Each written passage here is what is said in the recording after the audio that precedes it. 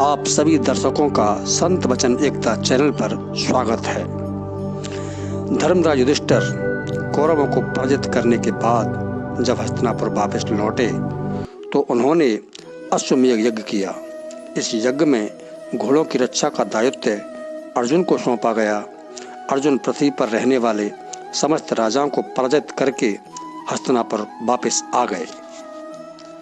बाद में युधिष्ठिर द्वारा यज्ञ के लिए सैकड़ों सुंदर महल बनवाए गए। यज्ञशाला को रत्नों से सजाया गया। वहाँ सोने से बने हुए खंभे और फाटक लगवाए गए। इस अश्वमेध यज्ञ में वेदों में निपुण अनेक ऋषि मुनि सम्मिलित होने के लिए पधारे। यज्ञ में काम आने वाली सभी पात्र, कलश, कटोरे आदि सोने के बने हुए थे। यज्ञ स्थल में अन्न के ढेर लगे थे। घी और दूध भी पर्याप्त मात्रा में था। इससे पहले आप नेवले के वचन की सच्चाई जानें, आप हमारे चैनल पर नए हो तो वीडियो को लाइक करें और शेयर करें और सब्सक्राइब करें। बेल आइकन दबाना ना भूलें। प्यारे दोस्तों, इस महान यज्ञ में ब्राह्मणों को भी दक्षिणा के रूप में 3-3 करोड़ स्वर्ण मुद्राएं दी गईं। यज्ञ की समाप्ति कर युधिष्ठिर ने सभी ऐसे बर्तनों को ब्राह्मणों में बांट दिया था यज्ञ में काम आए थे। युधिष्ठिर के द्वारा किया जाने वाला यज्ञ जब पूरा हुआ तब कहीं से एक नेवला आकर यज्ञ के बर्तनों में लौटने लगा। यह नेवला आधा सोने का था और आधा चमड़े का। उस समय युधिष्ठिर की जय जयकार हो रही थी। राज दरबारी गण उनके ऊपर पुष्पों की वर्षा कर रहे थे। तभी नेवला मनुष्य की बोली में कहने लगा कि महाराज, आपका यह यज्ञ ब्राह्मण के शेर भर सत्तू दान के बराबर भी नहीं है, मगर तुम हो कि फूल कर कुप्पा हो रहे हो।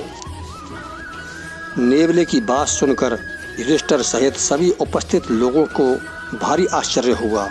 उन्होंने नेवले से सारी बात जाननी चाहिए। नेवला बोला, महाराज, कुरुक्षेत्र में एक ब्राह्मण रहता था। वह खेतों में से एक एक दाना अन्न का चुनकर लाता था, तब कहीं उससे अपने परिवार का भरण पोषण कर पाता था। एक बार कुरुक्षेत्र में भयंकर रूप से अकाल पड़ा। उस गरीब ब्राह्मण के पास बिल्कुल ही अनाज नहीं था। खेत भी सूखे थे।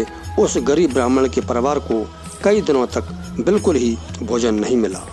कई दिनों तक यूं ही भूखे रहने के बाद उस ब्राह्मण ने किसी प्रकार से एक सेर जौ के दाने इकट्ठे किए। जौ के दानों से उसने सत्तू बनाया। जो ही ब्राह्मण के परिवार के सदस्य सत्तू को खाने को हुए त्यों ही एक अतिथि उनके घर आया। ब्राह्मण ने अपने हिस्से का सत्तू उस मेहमान को दे दिया, मगर उससे उसकी भूख नहीं मिटी।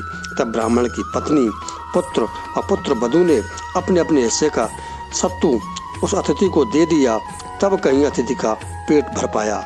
नेवले ने आगे कहा, उसी समय में अपने बिल से बाहर निकला तो कुछ सत्तू के कण मेरे शरीर से लग गए, जिस कारण मेरा आधा शरीर सोने का हो गया।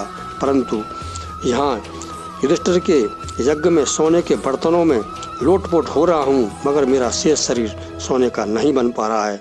मैं चाहता हूँ कि मेरा शरीर पूरा सोने का बन जाए। ये वीडियो आपको अच्छा लगा हो तो लाइक